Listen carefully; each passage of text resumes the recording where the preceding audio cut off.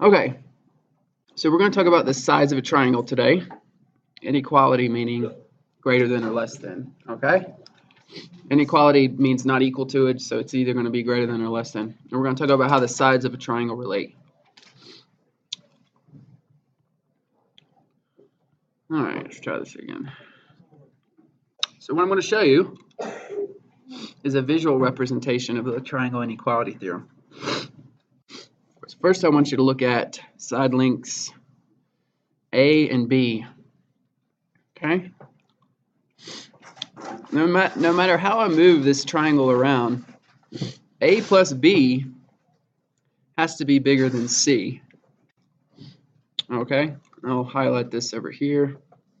See if we can. All right, so look at this equation right here. Notice that no matter how I move this around, A plus B has to be bigger than C. If I try to make it go right on top of the line, it's no longer a triangle. But even if it's that thin, right there we have 4.4 plus 4.6. That's still bigger than, actually it should be a little bit bigger than that. It's rounding it to the nearest tenth, but it's going to be bigger than 9. It has to be, right? Because those two lines are going to be a little bit bigger than the third line. All right, how about B plus C? Well, even if we try to move this point down, right there we got 5.4 plus 5.6. That's bigger than 9.2. It's always going to be bigger, no matter how thin that goes. The only time it wouldn't be bigger is if it was a line on top of itself, and that's no longer a triangle. And the same can be true for A plus C.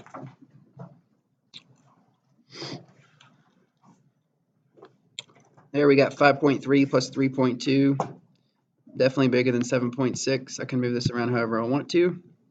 The point is, any two sides of a triangle have to be bigger than the third side. That, in essence, is the triangle inequality theorem. Okay, you can play around this as much as you want to. But the concept is it's got to form a straight line for it to be equal. If it's not a straight line, then it's a triangle, and therefore those two are bigger. Let's go ahead and do an example. 2 examples, actually.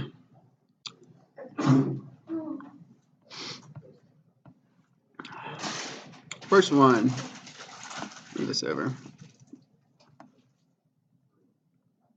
Can 3, 8, and 5 be the side lengths of a triangle? Okay, pretty simple question, right? In other words, there's some triangles that don't exist. I'm going to find out if this one exists. What do you guys think? If you had, say, 3 boards, one board was 3 feet, the other one was 8, and the third board was 5 feet, could you make a triangle out of those? That's basically what this is asking. What do you guys think? All right, let's check it out.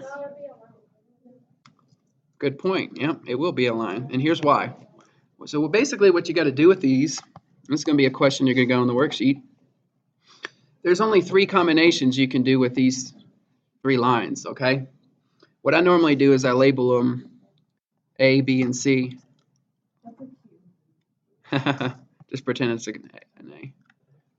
A, B, and C. So first thing we're going to do is add A plus B and see if that's bigger than C. Is it? Yes. 3 plus 8 is bigger than 5, okay? But you got to do that 3 times, right? That's only one combination. The next thing we're going to try is B plus C. So is B plus C bigger than A? Yes. But again, you got to try all 3 combinations. So the third thing you're going to try is A plus C. We tried A plus B, we tried B plus C. Now we're going to try A plus C. And she was right. When you add A plus C, it is not bigger than B. It's actually equal to. It's got to be bigger. So 3 plus 5 is not bigger than 8. So therefore, she's right. It would actually end up being a straight line, not a triangle. So all you got to do is test those 3 cases and see and make sure that all 3 of them work. In other words, any 2 sides have to be bigger than the third side. If it's not the case, then it's not a triangle. We can actually try to make this triangle, 3, 5, and 8. Let's see, let's make A equal to 8 right here. Okay, And let's make B and C 3 and 8. Now you can pretty much see that, like she said, or I mean 3 and 5, sorry. Yeah. Now that's just actually rounding it. Let's see if I can, let's round it to 3 decimal places. Okay, then you can see it's not actually 3 and 5. It's a little bit bigger. Once we make it 3 and 5, it's got to form a straight line like that. And so therefore it's not an actual triangle. It's got to be bigger. But if they all three are bigger, then it will work out and it will be a triangle. You know what? Let's do another one like that real quick. I'll make one that is going to be a triangle. So 3, 4, and 5. You turn your music off. Huh? Yeah. I'm tired, yeah. So what do you guys think? You think this is a triangle? Let's try it out. So 3 plus 4, is that bigger than 5? Yes. Okay, so that's like my A plus B.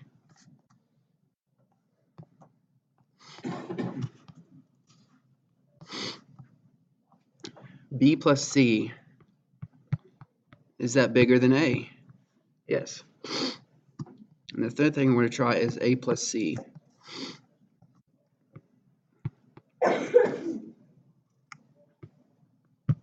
Is that bigger than B? Yeah.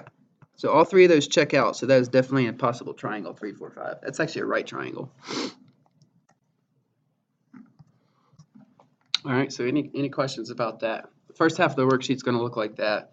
You just have to test each scenario to make sure it works out. Certainly if you find that one doesn't work, then you can go ahead and say it's not a triangle. You don't have to test the other two. So for example, if you tried A plus B and that's less than C, or if it's equal to C, you can go ahead and say it's not a triangle. You don't have to try the other two scenarios.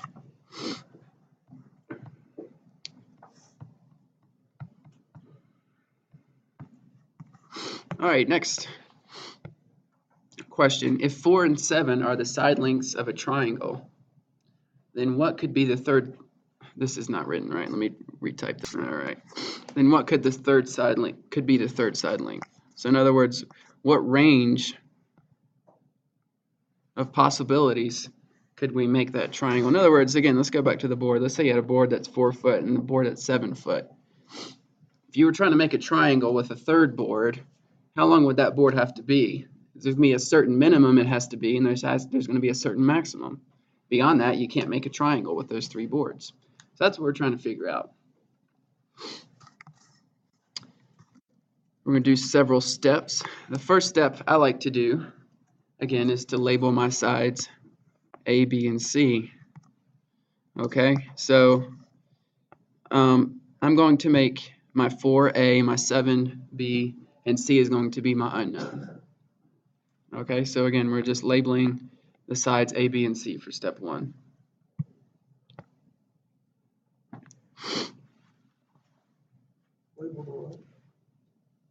Label the sides A, B, and C, just like that. All right, so the next thing we're going to do is solve the 3 inequalities like what we did before. So we have to check A plus B, B plus C, and A plus C. Okay, the first inequality is going to be A plus B is greater than C. We know that has to be true because of the triangle inequality theorem. So we're going to plug in 4 for A and 7 for B because that's what we determined them to be. So we get a first inequality. In other words, C has to be less than 11. Another way to say it is 11 has to be bigger than C. And what that means is, going back to the example of the boards, if I had a 4-foot board and a 7-foot board, the third board can't be 12 feet, right? Because 12 is not less than 11. In other words, you can't make a triangle like that. It just won't work. For right now, yeah. Until we do the other 2 triangles and figure out there's a minimum C can be. Okay, so it's actually going to end up being bigger than 1. We're going to find that out. So you're going to find a minimum and a maximum, basically, for these problems. So we know right now that C is less than 11. Let's try the next inequality. So beyond the fact that A plus B has to be bigger than C, we know that B plus C has to be bigger than A. So I'm going to plug those values in. I already said B was 7 and A was 4. To solve for C, we're going to subtract 7 from both sides. So C must be bigger than -3. Now you're going to get one of these that you can disregard. Why? Because it's obvious that C can't be negative. That's no such thing as a negative side length. Okay, so sometimes when you solve one of these, you kind of just disregard it and go to the next one. I mean, it is true C is bigger than -3. It's not that it's mathematically false. It's just not relevant. All right, so the third test is A plus C has to be bigger than B. Plug in 4 for A and 7 for B. And this time when we solve, we subtract 4 from both sides. We get something that makes a little bit more sense. So going back to the example of the board, that would mean the board would have to be bigger than 3 feet. So we determined two things. I'll go back to this in a second. We determined that the board has to be less than 11 feet, but it has to be bigger than 3 feet. And that's pretty much it. We're just going to put those two things together into one inequality. Okay? Does man know how to do that? How can you say that C is bigger than 3 and less than 11 in one inequality?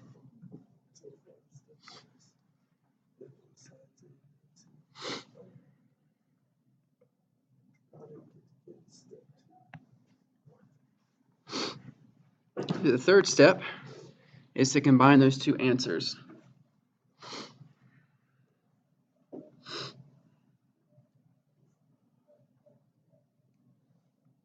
So in other words, you should have one inequality that looks like basically something's going to be in the middle, then you're going to have an inequality here and an inequality here, and then you'll have two other numbers like this. One single inequality. And in our particular example, since C is bigger than 3 and less than 11, you can just write it like this. So as long as the side length is between those two, it's a triangle. Anything less than 3, for example 2, you can't make a triangle. Anything bigger than 11, you can't make a triangle.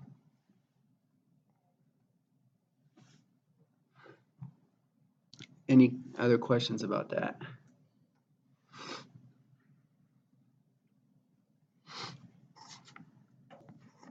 Let me show you what would happen if we went beyond that. So we have a 4 and a 7. Let's just make another page here. So what would end up happening, let's say you had a side length of 4 and a side length of 7. Just trying to, if I tried to make one that was 12 bigger, it would be too big. It would actually go past that line, and there'd be no way for you to connect those two to make a complete triangle. And if it was shorter, for example, if it was this short right here, there'd be no way to connect these two sides right here. It wouldn't be a complete triangle, wouldn't close in on itself. Okay? And so that's why we come up with a feasible triangle or a particular range.